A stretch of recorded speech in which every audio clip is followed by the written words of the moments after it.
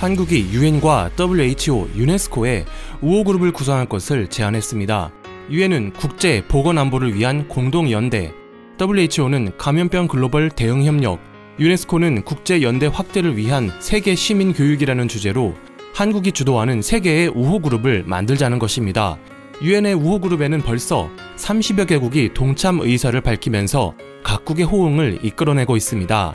유엔 사무국도 한국의 제안을 환영하여 안토니오 구테레스 유엔 사무총장이 C19와 기후변화에 대한 싸움을 어떻게 조합할 수 있는지 보여주는 주목할 만한 본보기로 한국을 지목했습니다. 적극적인 대처로 C19를 억제하고 있고 석탄 화력 발전소 감축과 탄소 배출 감축 등 그린딜 계획을 추진하는 것이 타의 모범이 된다는 것입니다. 치료제 개발에서도 진전이 이뤄지고 있습니다. C19 치료제 백신 개발 범정부 지원단은 8일 이르면 올해 말 국산 치료제가 출시될 것이라고 밝혔습니다.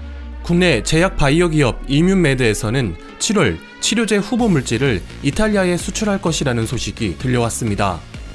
아비간의 효과를 입증했던 중국 대학이 논문을 철회하고 자랑하던 아비간 대신 렌데시빌의 도입을 추진하면서 우왕좌왕하는 일본과는 치료약과 백신 개발에서도 대조적인 모습을 보이고 있습니다. 한국의 국가 브랜드 위상이 급상승 중이라는 것에는 이견이 없을 것입니다. 8일 2021년 세계 학술대회를 한국에서 열 수 있을 것이라는 전망이 나왔습니다.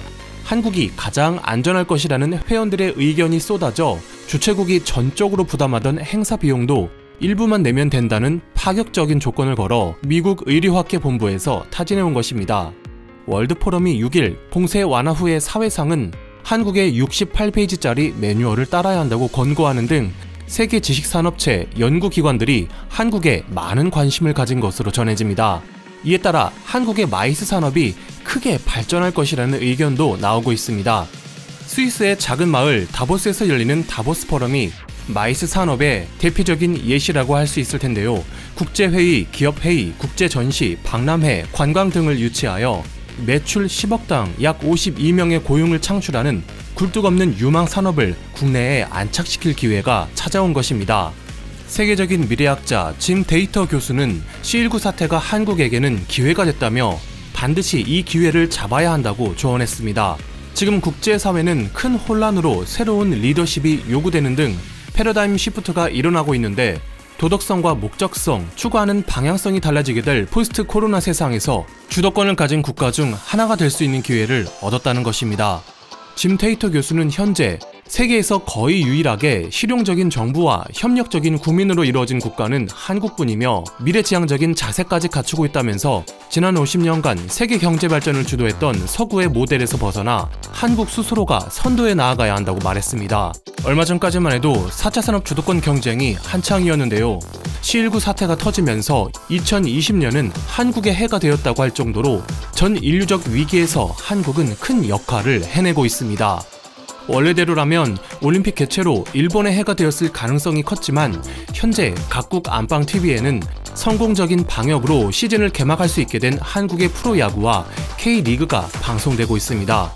올림픽 기대감에서 방역 후진국으로 전락한 일본의 현 주소에 6일 마이니치 신문의 여론조사에 따르면 아베를 지지한다 40%, 지지하지 않는다 45%로 부정적인 의견이 앞섰으며 일본 국민의 68%가 자국의 의료 및 검사 체제에 불안을 느낀다고 답했습니다. 전문가들의 지적과 여론의 문매에도 일본 정부는 검사 억제 방향성을 유지하고 있어 증상이 있어도 검사받지 못할 수 있다는 불안감이 크게 작용하고 있는 것입니다. 최근 며칠간 도쿄 내 확진자가 100명 아래로 내려오면서 일부 우익 성향 네티즌이 일본의 의료 승리라고 자축했지만 검사 건수가 100건 안팎으로 극히 적었으며 확진율이 50%가 넘는 것으로 밝혀져 불안감이 심화되고 있습니다. 일본은 현재 감염 확산 속도마저도 파악하지 못하고 있는 것으로 알려졌습니다. 감염자 1명이 몇 명에게 전염시켰는지를 나타내는 수치인 재생산수가 지난달 1일 발표된 이후로 업데이트되지 않고 있는 것입니다. 여러 연구그룹이 집단지성을 발휘하여 통계를 작성하는 타국과는 달리 일본은 홋카이도대 니시우라 교수 연구진이 단독으로 이 역할을 맡고 있기 때문에 그 한계가 드러나고 만 것입니다. 니케이는 PCR 검사 수가 현저히 낮아 감염자 현황조차 파악할 수 없다고 비판했습니다.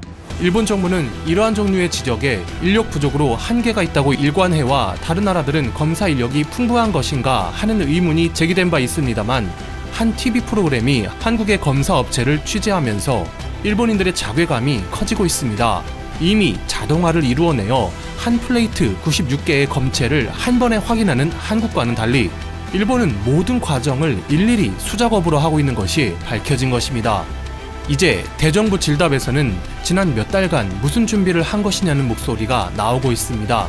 비상사태 선포 때 책정한 긴급 예산에서는 일본이 안전하다고 세계에 홍보하기 위한 전략적 홍보비를 책정하고, 추경에서는 20조 원의 관광 판촉비를 편제했으며, 이번 달 초 참의원 예산위에서는 일본의 병상수가 세계에서 가장 많다며 관련 예산을 줄이는 기존의 방침까지 유지하여 사태 진화에 매진하기보다는 M1대 관심을 둔 것이 아니냐는 비판의 목소리가 나오는 것입니다. 아베노마스크 사업에서는 페이퍼 컴퍼니를 통한 공금 횡령 의혹이 나왔고, 도쿄올림픽 때도 보여준 골판지 사랑을 C19 사태에도 이어와 친형이 대표로 있는 골판지 회사 미쓰비시 패키징을 행정력을 사용하여 직간접적으로 지원하는 것 아니냐는 비판도 일고 있습니다. 4일 기자회견에서는 아베간이 입덧 방지약인 탈리도마이드와 같은 부작용이 있다고 아베 스스로가 인정하면서도 그 사용을 밀어붙여 의문시되어 왔는데, 5일 뉴욕타임즈가 아베와 아베간 개발업체 후지필름의 코모리 회장이 자주 골프를 치고 식사를 하는 등 가까운 사이라는 것을 폭로했습니다. 지인 관련 비리를 일삼아온 아베가 C19 사태에서도 이 같은 행동을 지속하고 있는 것입니다. 이 나라에서 민주주의는 형태만 있으면 돼. 면접 점수를 0점으로 깎아 한국인 학생을 고의로 낙방시킨 바 있는 각해 학원의 비리를 영화화하고, 우리나라 배우 신문경 씨가 출연해 관심을 끌었던 일본 영화 신문기자에 등장하는 대사입니다. 20년간 일본의 민주주의를 연구한 서경식 다카하시 테스야 교수는 전후 일본의 민주주의와 평화주의는 일본의 본성을 가리고 있던 도금과 같은 것이었으며, 아베 정권에서 그 도금이 벗겨지고 본성이 드러났다고 말했습니다. 고조되는 위기감 속에 이제는 한국의 도움을 받아야 한다는 주장에 힘이 실리면서 노벨상 수상자 야마나카 교수가 인기 가수의 유튜브 채널에 출연해 한국에 머리를 숙여서라도 도움을 받아야 한다고 발언하고, 아사히 신문 편집위원 마키노 요시히로는 6일 포브스 재팬에 기고한 칼럼에서 익명으로라도 한국이 마스크를 지원해줬으면 한다는 의사를 밝히기까지 했습니다. 정부는 한국전쟁 당시 우리에게 도움을 준 국가들을 대상으로 마스크를 지원하고 있으며, 일본은 이에 해당하지 않는다고 선을 그었습니다.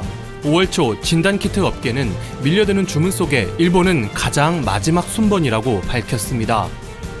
일본 정치사에서 GT의 해와 올림픽이 있던 해에 정권이 붕괴되거나 총리들이 퇴진하는 경우가 많았습니다. 2020년은 GT와 올림픽이 겹친 해로 운세적으로도 아베는 최악의 한 해를 맞았다고도 할 수 있겠습니다. 그리고 그러한 지도자를 가진 일본 국민 또한 아베의 불운에 휘말린 듯합니다. 감사합니다. 와트맨이었습니다.